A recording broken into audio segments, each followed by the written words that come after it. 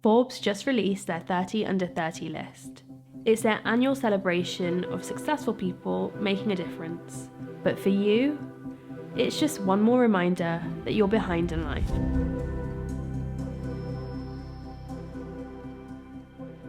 We can definitely get inspired by looking at other people's success, but it doesn't mean that we don't also feel that little tinge of jealousy.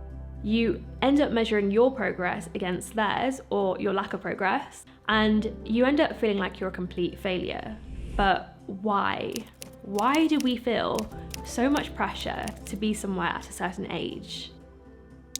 There's definitely the media and society at large celebrating achievements at a younger age. I mean, you have things like Forbes 30 under 30, which makes it onto people's dream boards. I knew from the moment I heard about it first, I want to be on that list. And I'm not gonna lie, at one point it was on mine. Not because it's something that I really wanted, but because I thought it was this big measure of success. I think there's also the fact that as kids, our path was laid out for us. So we knew, okay, by the age of 16, I'm going to do my GCSEs. By the age of 18, I'm going to do my A-levels and apply for university. We were always making progress, and we knew we could make that progress by a certain age. But then we leave school and we've kind of just taken that concept with us.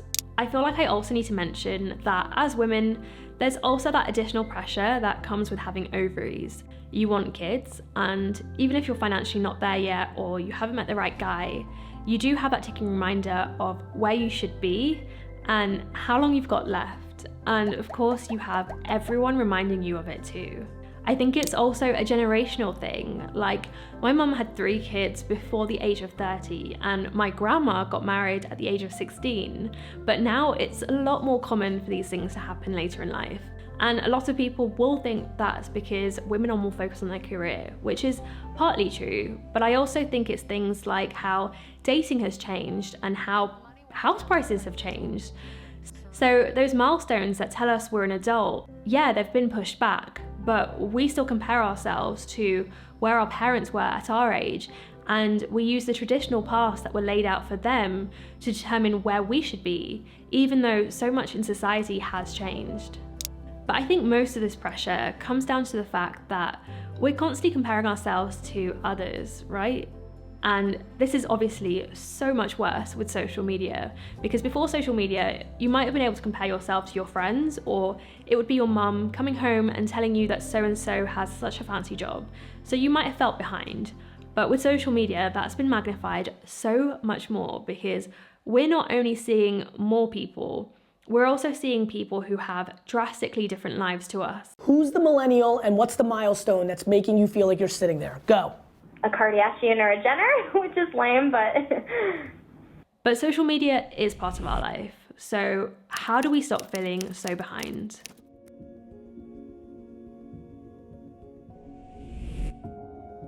The problem with comparing yourselves to others is you can't see that whole picture, whether you want to call it privilege or unfair advantages. Kylie Jenner's 1 trillion followers on Instagram makes you feel like you're just sitting there? And this can be so many different things, from money, intelligence, looks, where you were born, education, and even things like health. How can we not take these things into account? But I think we can also think about these things on more of a microscopic level. Like, even if you did have similar backgrounds, your friend who bought that house, they might have had parents who taught them about money growing up, whereas your parents avoided talking about it, so you have to learn about those things first. There's also so much of the story we don't see. We don't see the failed businesses or failed relationships or miscarriages or everything it took to get to that end result. And at the end of the day, that end result is still external. Those people who have your dream car or your dream house or that picture perfect relationship, they might not be content or happy with their lives. All we see is how someone's life looks, not how it feels. And I don't think we'll ever have a way of being able to measure that, because there's not that many people who are willing to be vulnerable and admit that they feel behind or lost, because it's just so much easier to show up and show our wins and put a smile on our face. So you might feel behind, but you might not be alone. You'll just never really have any way of knowing that you're not alone on it.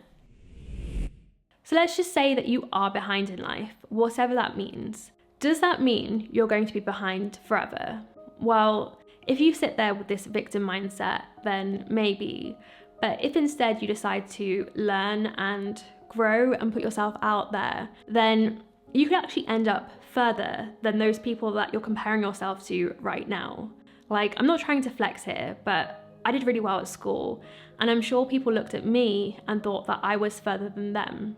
But when I left school and started working, I was genuinely so unprepared, and the people around me, they were graduating, they were climbing the career ladder and buying houses, and I wouldn't last at a job for more than 6 months. Early success is a terrible teacher. You're essentially being rewarded for a lack of preparation. So when you find yourself in a situation where you must prepare, you can't do it. You don't know how.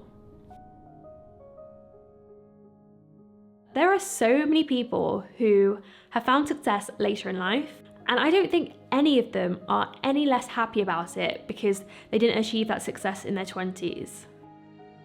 So yeah, you might feel behind now, but you might feel ahead later when your friend wants to change careers or she's going through a breakup, whilst you had spent that time working out what you wanted from your career or your relationship, and sometimes that is the better way to do it.